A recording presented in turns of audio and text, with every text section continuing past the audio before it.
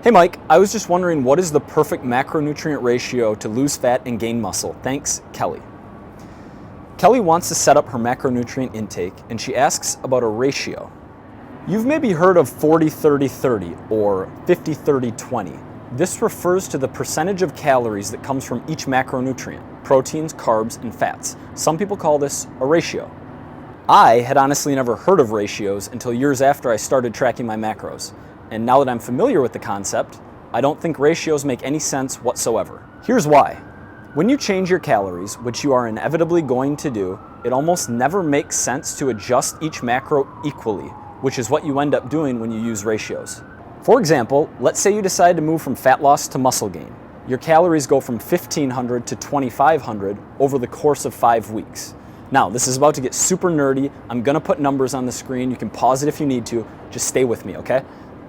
On a 40-30-30 split, you'll be at 150 protein, 113 carb, 67 fat.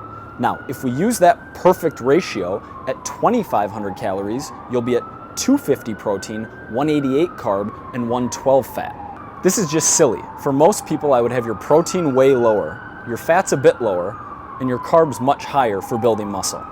Increasing protein this much makes little sense. It's expensive, and it isn't physiologically necessary. In fact, you probably need less protein while building muscle than you do while losing fat. The same logic applies if you were to decrease calorie intake to break through a fat loss plateau.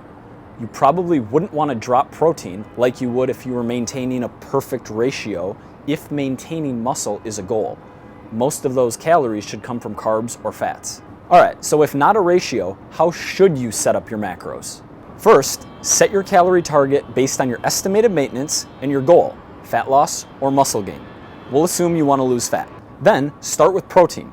Protein is going to help you maintain muscle mass while in a deficit, and it's going to keep you more full than carbs or fats, thus preventing you from overeating while in a calorie deficit. I would keep protein somewhere between 0.8 to 1.5 grams per pound of lean body mass.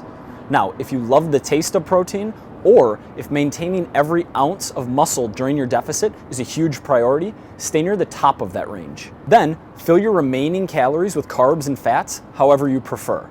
Know that the exact ratio of carbs to fats isn't super important. For most people, I would just eat more of whichever you like. So, if you prefer fats, eat higher fat, lower carb. If you like carbs more, eat more carbs, less fat. Just remember, fats are important for immune function, hormone regulation, and other health stuff, so I wouldn't take them below 0.3 grams per pound of lean mass. Alright, that was super nitty gritty. Let's recap. 1. Macro ratios almost never make sense. 2.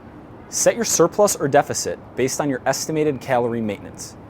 3. Set protein based on your goal and within the 0.8 to 1.5 gram per pound of lean mass range. 4. Fill your remaining calories with carbs and fats however you prefer.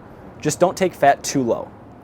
Maybe ratios have worked for you. That's great. And if you're making progress, who am I to tell you to stop? Just know that macro ratios are a sloppy concept, and a perfect ratio doesn't exist.